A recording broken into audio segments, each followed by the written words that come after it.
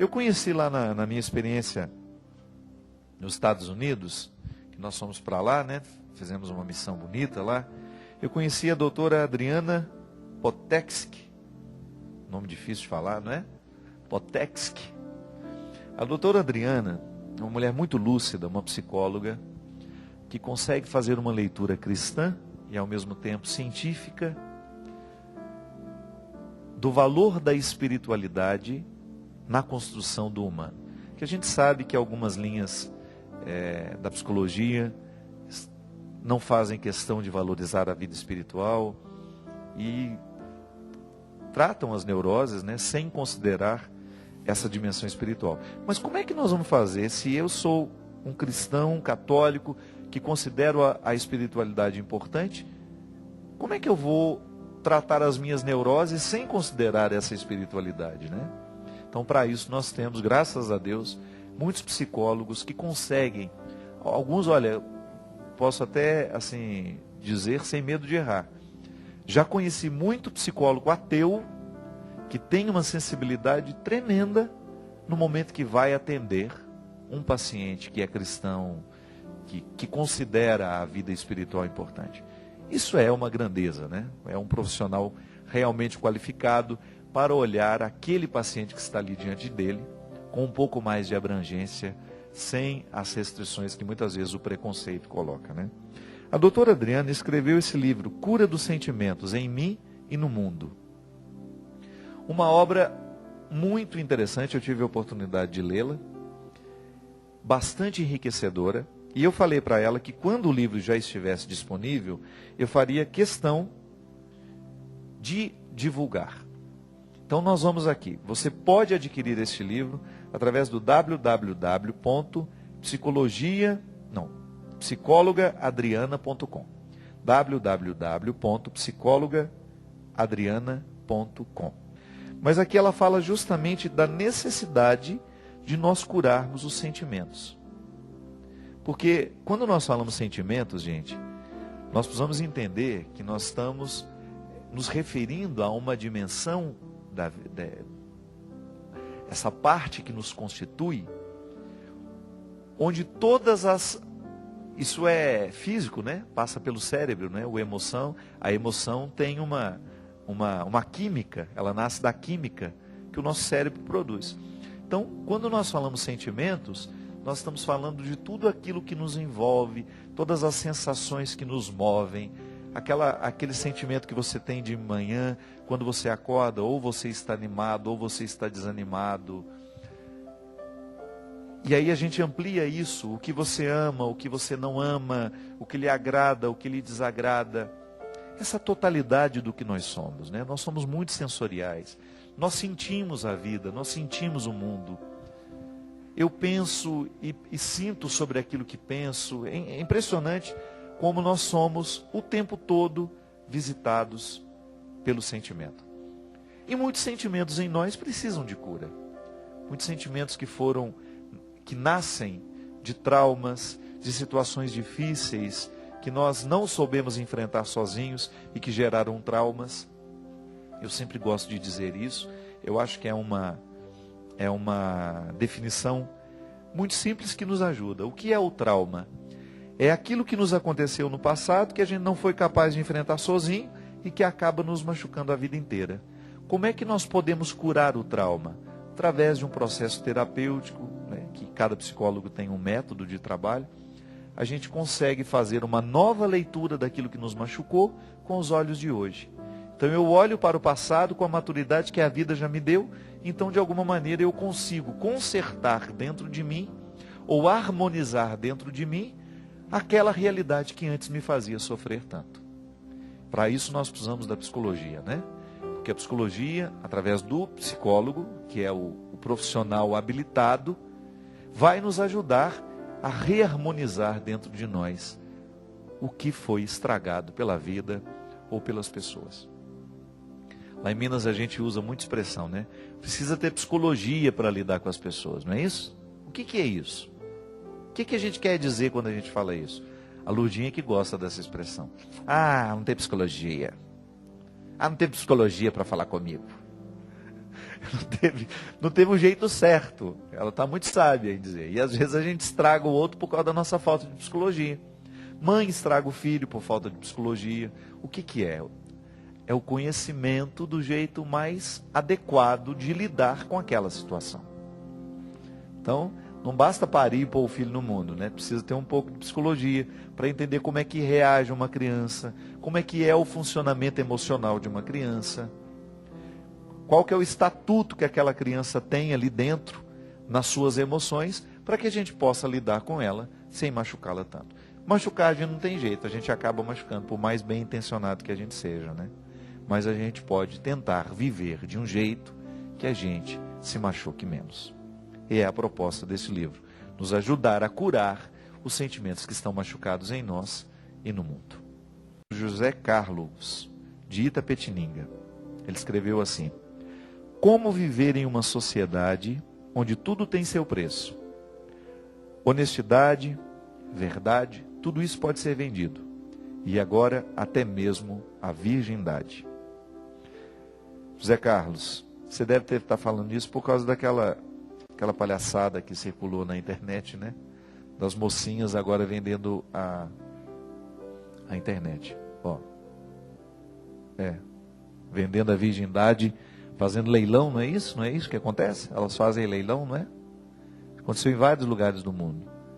Pois é, por aí você vê a que ponto, né, nós estamos chegando, né? A gente falava aqui de dignidade humana, né? Você imaginou? Você disse tudo. Hoje a gente vende a honestidade, né? A gente sabe do processo de corrupção nas pequenas coisas. Às vezes nós somos tão hipócritas, gente, que nós ficamos horrorizados com o mensalão, com a corrupção que acontece em Brasília, e tem que ficar mesmo. Mas a gente tem que ficar horrorizado também quando a gente tenta enganar os que estão do nosso lado, quando nós somos corruptos nas pequenas coisas. Porque às vezes a gente quer se escandalizar é para tentar esconder a corrupção que a gente promove. Moralismo, estou correndo dele. Porque às vezes o moralista é aquele que está querendo esconder a sua vergonha, evidenciando a vergonha do outro. Não precisa disso não. Nós não precisamos disso. O mundo de hoje está nivelando por baixo. É impressionante como hoje as pessoas estão niveladas por baixo. As notícias. Eu não sei o que revistas que são consideradas sérias querem, no momento em que noticiam as coisas mais banais, como se aquilo fosse uma coisa importante para mim, para você. E isso é notícia hoje. As mulheres que resolveram vender a sua virgindade. Agora imagina você, que conceito de dignidade tem uma pessoa dessa, que se leiloa.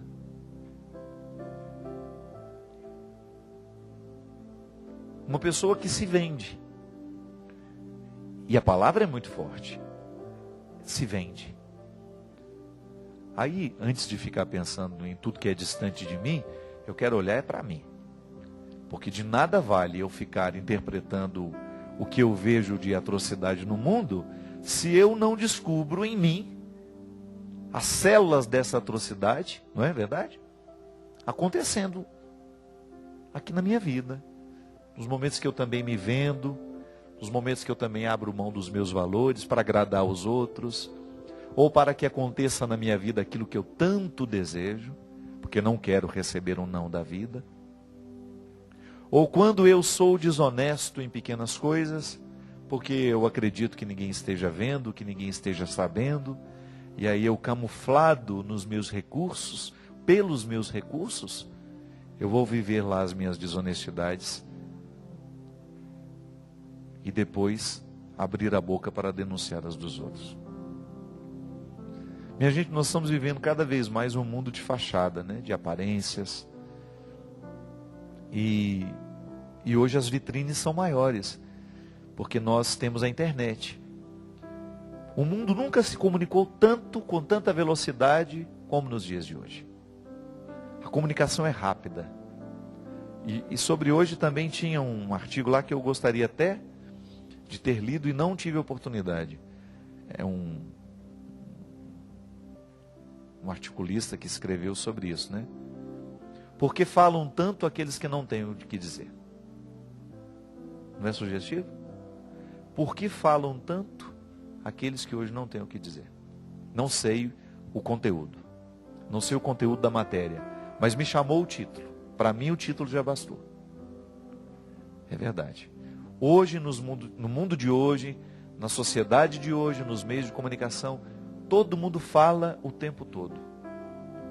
E aí isso chega até nós e acaba se tornando um modelo para as pessoas, né? A gente começa a achar engraçado, a gente começa a achar interessante. Não, não tem nada de engraçado nisso, não tem nada de interessante nisso.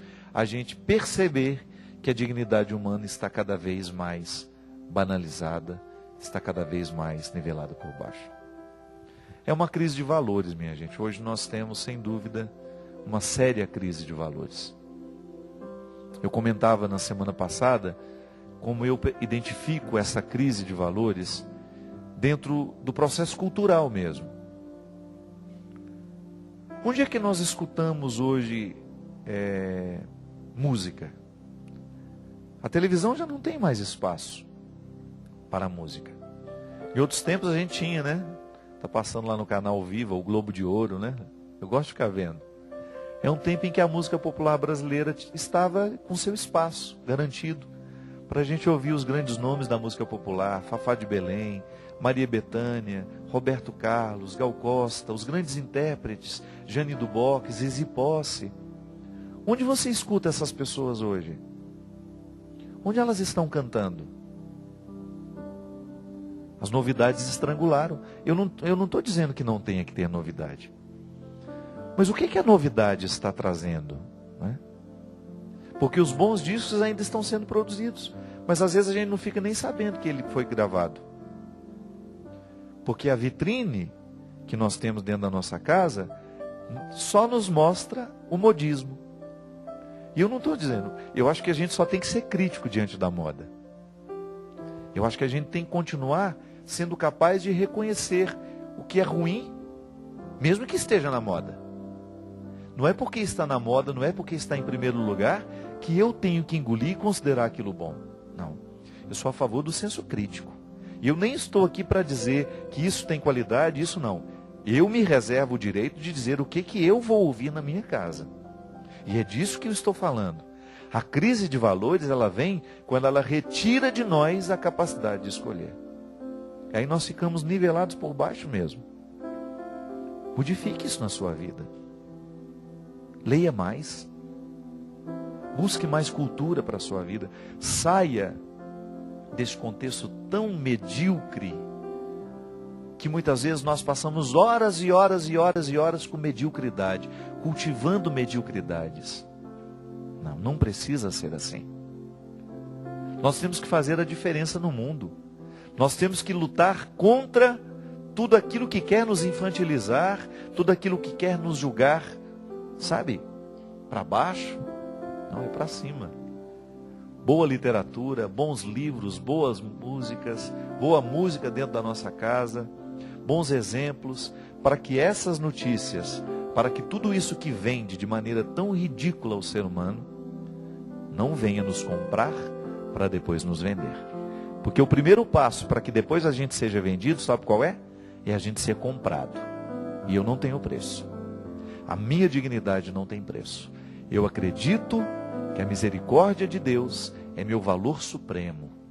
Eu sou lavado pelo sangue do Cordeiro. Essa frase que tantas vezes nós dizemos, já dissemos aqui.